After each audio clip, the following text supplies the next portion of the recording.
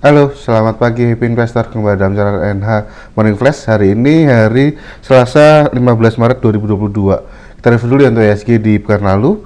Oke, perdagangan IHSG di hari Senin ditutup masih melemah, masih menguat tipis ya 0,43% ke level 6952, di mana value transaksi tercatat 15,6 triliun dengan asing masih mencatatkan naik by 1,08 triliun. Untuk data foreign buy ada di BBRI, BBCA, Telkom, BBNI, dan Astra Internasional. Untuk data foreign sell ada di Bank Mandiri, ICBP, Adaro, MDKA, dan juga LPPF. Nah, kalau kita tahu pergerakan IHSG kemarin masih ditopang oleh saham-saham sektor teknologi ya, di mana memberikan penguatan sebesar 1,8%. Dan kalau kita lihat sentimen semalam pun juga, kalau kita dari Wall Street pun juga masih ditutup melemah ya pada perdagangan Senin, dipimpin oleh Nasdaq yang turun lebih dari 2%. Ini pun juga terjadi aksi profit taking di saham-saham sektor teknologi. Selain itu juga investor masih ini ya akan melihat hasil rapat ini ya FOMC The Fed terkait dengan rencana kenaikan tingkat suku bunga 25 basis point yang akan dimulai di akhir bulan. Sementara itu dari ini ya kemajuan perundingan antara Rusia Ukraina pun juga masih belum menunjukkan kemajuan yang positif untuk perdamaian antar dua negara sendiri ya. Oke, kita masuk ke company news yang pertama. Tins raih laba bersih 1,3 triliun, di mana sepanjang 2021 kemarin bukan laba 1,3 triliun. Untuk pendapatan sendiri turun 4% year on year menjadi 14,6 triliun. Adapun logam timah masih menjadi penopang pendapatan perseroan sebesar 12,38 triliun. Nah, penjualan ekspor mereka juga masih masih cukup tinggi ya, mencapai 13,46 triliun, dan juga untuk penjualan lokal mereka sebesar 1,13 triliun. Jadi memang masih didorong oleh penjualan ekspor dari TIN sendiri. Oke, emiten kedua dari Akset Indonesia, perseroan meraih kontrak baru 10,7 miliar pada Februari 2022. Raih tersebut diperoleh dari 4 kontrak baru ACST pada Januari lalu sebesar 2 miliar yang didapatkan dari proyek di kawasan Jakarta. Nah, saat ini juga kontrak perseroan masih didapat dari sektor swasta.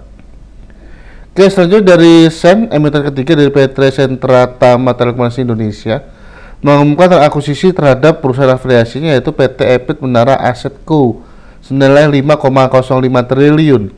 Perseroan membeli 999 saham milik PT EPIT Menara Holdco atau EMH. Nah, tujuan perseroan melakukan akuisisi ini adalah untuk menambah sarana menara untuk telekomunikasi sendiri. Jadi untuk ekspansi perseroan ke depan. Oke, kita masuk domestik global news. Yang pertama dari domestik pemerintah akan merencanakan kenaikan PPN untuk sektor rokok, di mana menjadi 11% per April mendatang. Nah, ini pun juga boleh dibilang terkait dengan undang-undang harmonisasi peraturan perpajakan. Nah, kenaikan PPN ini juga akan berimbas terhadap kenaikan harga yang ada di pasaran, sehingga kemungkinan akan terjadi penurunan di sektor permintaan terhadap sektor rokok sendiri. Oke, selanjutnya dari global news, Rusia akan menggunakan yuan sebagai cadangan devisa. Kalau kita tahu Rusia saat ini mendapatkan sanksi dari Barat ya terkait dengan kebijakan mereka menginvasi Rusia, dan juga kita tahu mereka juga diblokir ya untuk penggunaan akses terhadap dolar dan juga euro. Dan ini juga akhirnya mereka mengalihkan penggunaan yuan untuk membayar untuk kebutuhan pembayarannya mereka, karena mereka belum mendapatkan akses kembali ke euro dan US dollar sendiri. Ini pun juga boleh dibilang masih ada alternatif selain penggunaan rubel untuk pembayaran falas mereka sendiri. Oke, selanjutnya kita masuk ke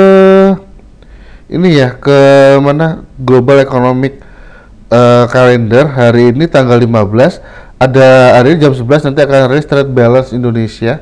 Diperkirakan kalau konsensus sebesar 1,75 billion, di mana dari sebelumnya 930 juta US dollar. Ini boleh dibilang surplus ya, di mana diperkirakan ekspor naik 40,47% dan impor juga menjadi 40,00%, dan ini juga harusnya sentimen positif untuk menjadi booster market hari ini ya. Oke, hari ini tanggal 15 untuk corporate calendar ada RPS-nya Bank Negara Indonesia BBNI. Oke, kita masuk ke dari teknikal. Hari ini perkiraan indeks masih akan cenderung rawan profit taking, ya, dimana kalau kita tahu bursa Wall Street pun juga mayoritas juga terjadi profit taking, dimana mereka juga menanti menjelang rapat FOMC ya, The Fed sendiri untuk rencana kenaikan tingkat suku bunga, dan ini juga nampaknya juga akan berimbas ke market kita, dimana kemungkinan akan jadi profit taking. Pergerakan IHSG diperkirakan masih akan bergerak konsolidasi di range 6850 sampai dengan 7000. Oke, untuk saham pertama kita rekomendasikan film. Film akumulasi buy penutupan Senin kemarin itu pada level 1095 atau menguat 14,06%. Film berpotensi untuk penguatan lanjutan menuju target di 1210. Perhatikan level stop loss di 1080. Saat ini terbentuk bullish engulfing untuk film. Oke, selanjutnya saham kedua dari LPPF. LPPF kemarin juga berhasil break di atas 6.000 ya, dan indikasinya dia ada potensi kenaikan lanjutan. Target selanjutnya di 6625. Perhatikan apa stop loss di 6.000. Jadi saat ini LPPF penutupan di Senin kemarin ditutup pada level 6.050 atau menguat 3,86%. Oke, untuk saham ketiga dari Surya Esa Perkasa, kemarin juga masih tutup menguat ya, penutupan hari Senin di 775 atau menguat 6,16%. Hari ini diperkirakan masih ada potensi untuk penguatan lanjutan, namun sifatnya ini kesempatan untuk akumulasi beli ya, karena kemarin jadi profit taking pada saat high kemarin di 815 dan closing di 775. Jadi kesempatan teman-teman untuk akumulasi beli, karena target selanjutnya dia masih ada potensi menuju ke 835. Berarti kalau stop loss di 765. Oke, untuk saham keempat dari Saratoga SRTG, ada potensi untuk rebound penutupan Senin kemarin itu pada level 2780 atau menguat 2,58%, di mana Saratoga kita call buy dengan target kenaikan di 2880. Perhatikan level stop loss di 2760. Jadi saat ini terbentuk sidebar, ada potensi untuk technical rebound di Saratoga. Oke, untuk saham terakhir dari S Hardware Indonesia Aces, kita rekomendasikan buy, target price di 1150, stop loss di 1095. S Hardware penutupan Senin kemarin itu pada level 1100 atau menguat 0,46%. Saat ini terbentuk Dragonfly Doji, ada indikasi penguatan lanjutan walaupun masih tertahan di area MA24 nya ya, untuk target saja di 1150. Oke, sekian, terima kasih Happy Trading, bye bye.